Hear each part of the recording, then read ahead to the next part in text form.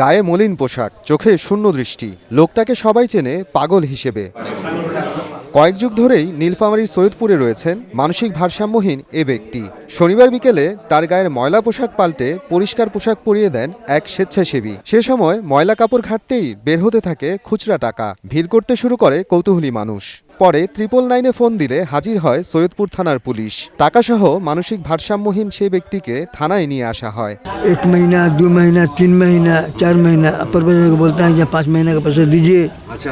अब आप उतना बड़ा पैसा है, 5,000 रुपये तुम ही ले लेंगे तो 500 रुपये मेरी बिक्री होता है, तो हम खाएगा कौन चीज़? वो 5,000 देते गया।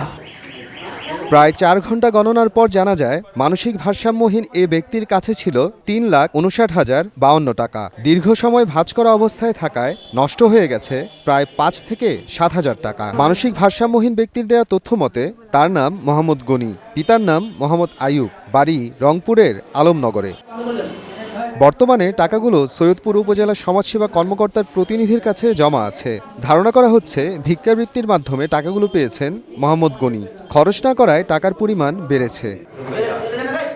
সময় সংবাদ, নীলফামারী।